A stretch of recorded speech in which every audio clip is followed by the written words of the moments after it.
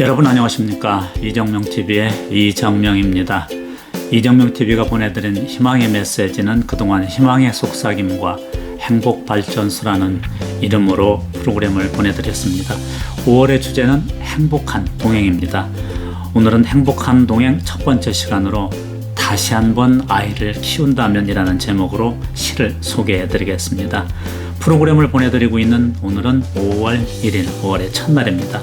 전국적으로는 비가 조금 내리고 있고요.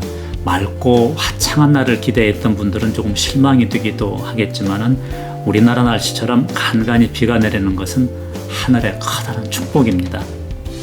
살아있는 모든 것들의 생명수가 내린다고 말할 수 있죠.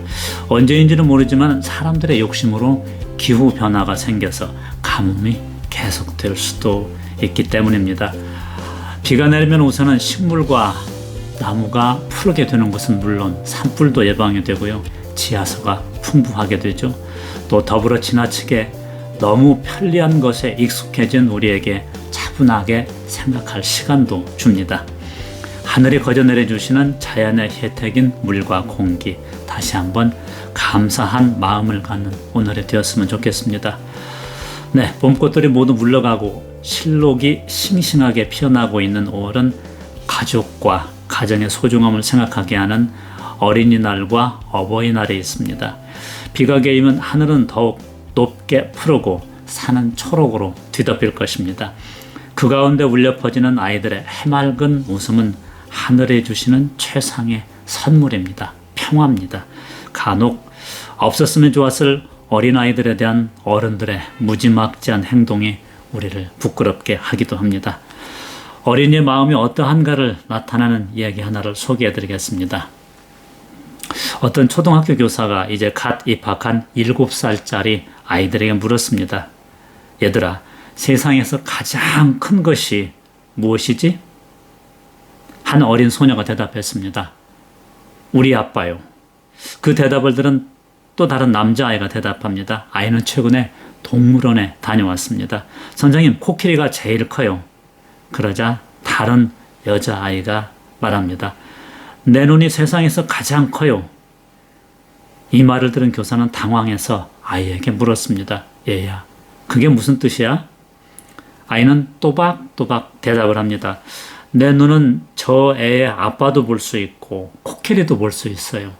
그리고 내 눈은 산도 볼 수 있고 다른 많은 것들도 다 볼 수 있어요. 이 모든 것들이 내 눈에 들어갈 수 있으니까 내 눈이 세상에서 가장 크다고 생각해요. 어린아이의 놀라운 통찰력은 이렇게 사람을 감동시킵니다. 아이의 마음은 이렇게 무한하고 큰 잠재력과 지혜를 가지고 있습니다. 존재하는 모든 것을 넣을 수 있는 마음이 어린 아이에게도 있다는 것입니다. 정희성 시인의 시 민재꽃에서 강원도에 사는 5살 민지는 질경이, 나신개, 토끼풀, 억새 등 잡초에 물을 줍니다. 그러면서 아이는 꽃에게 물을 준다고 말을 합니다. 이것을 보는 시인이 무엇을 하느냐고 물으면서 얘야, 그거는 꽃이 아니라 잡초야 라고 말을 하려다 순간 멈칫한 대목이 나옵니다. 순수한 동심으로 본 잡초는 잡초가 아니라 꽃이구나 하는 것을 느꼈기 때문입니다. 시인은 아이의 말이 하늘도 감동시키고 귀신도 감동시킬 수 있다고 생각을 했습니다. 동화작가 정채복님은 어른이면서 아이의 마음으로 글을 썼습니다. 54살에 세상을 떠났는데 그는 산문집과는 달리 시집을 한 권 남겼습니다. 그 시집의 제목이 너를 생각하는 게 나의 일생이었지였습니다.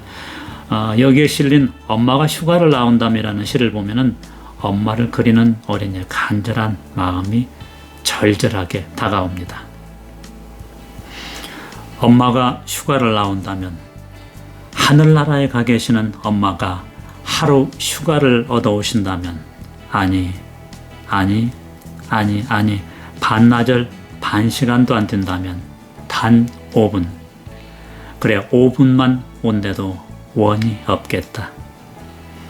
얼른 엄마 품속에 들어가 엄마와 눈맞춤을 하고 젖가슴을 만지고 그리고 한 번만이라도 엄마하고 소리내어 불러보고 숨겨놓은 세상사 중 딱 한 가지 억울했던 그 일을 일러 바치고 엉엉 울겠다. 평생을 같이 살다 헤어져도 그립고 또 그리운 게 엄마입니다. 하물며 기억하기 전에 세상을 떠난 엄마가 얼마나 그리우면 딱 한 번 엄마를 불러보고 싶었을까요? 동심을 짐작하기 어렵지 않으십니다. 네, 이렇게 여리고 여린 동심이지만 영국의 월리엄 워즈워드는 반어법을 써서 어린이가 바로 어른이 보고 생각하고 따라 배워야 할 어른들의 아버지라고 말합니다. 워즈워드의 무지개라는 시입니다. 무지개, 하늘의 무지개를 바라보면 내 마음은 뛰노네. 어려서도 그러했고 어른이 된 지금도 그러하고 늙어서도 여전히 그러할 것이라네. 만약 그러하지 아니하다면 신이시여 지금이라도 나의 목숨 거두어 가소서. 어린아이는 어른의 아버지, 나의 생에 하루하루 타고난 그대로 경건한 마음 이어지기를 빌고 바라네. 네, 많은 분들이 익히 하는 시입니다.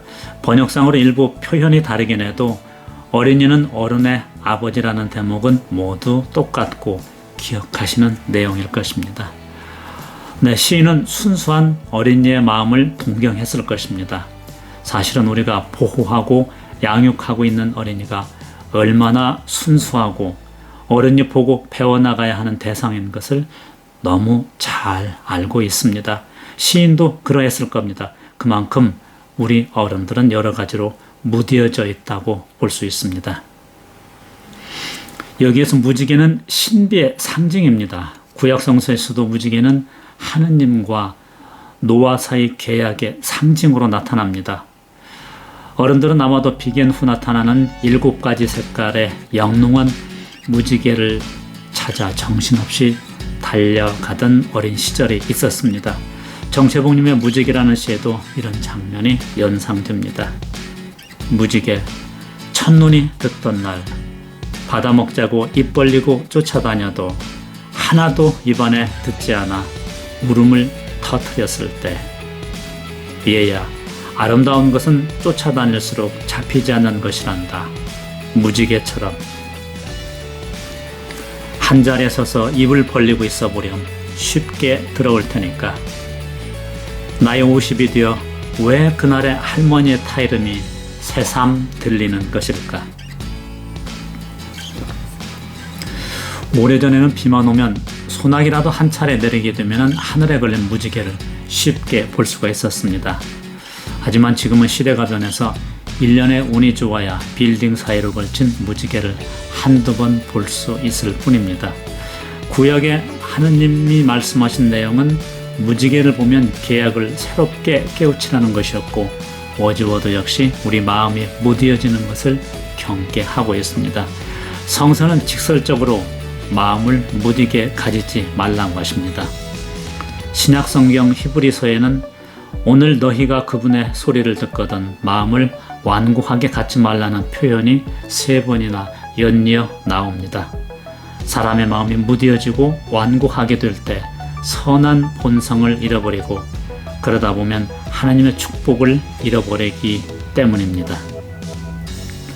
천지와 귀신을 감동시키는 어린 민지의 마음, 또 무지개를 통해서 본 어린이의 마음, 순수하고 아름다운 동심이지만 우리 어른들의 아버지라고 불리는 어린이의 마음을 생각해보는 오늘, 따뜻한 영혼을 위한 101가지 이야기에는 다이언 루먼스라는 사람이 쓴 만일 내가 아이를 다시 키운다면 이라는 글이 나옵니다.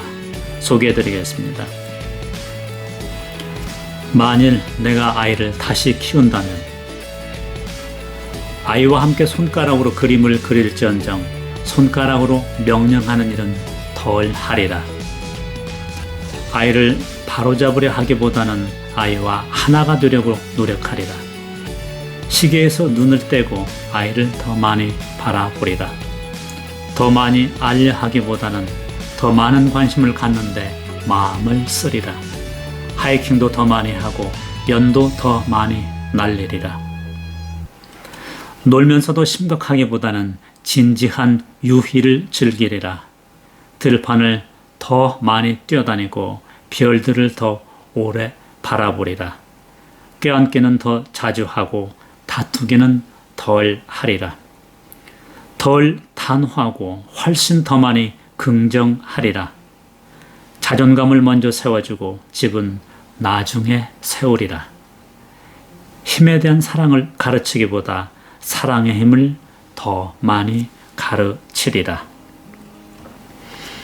시는 삶의 다양한 모습을 보여줍니다. 그리고 시인은 성공과 실패를 따지지 않는다고 합니다. 다만 우리 여정에서 사랑하느냐, 사랑하지 않느냐만 얘기한다고 합니다.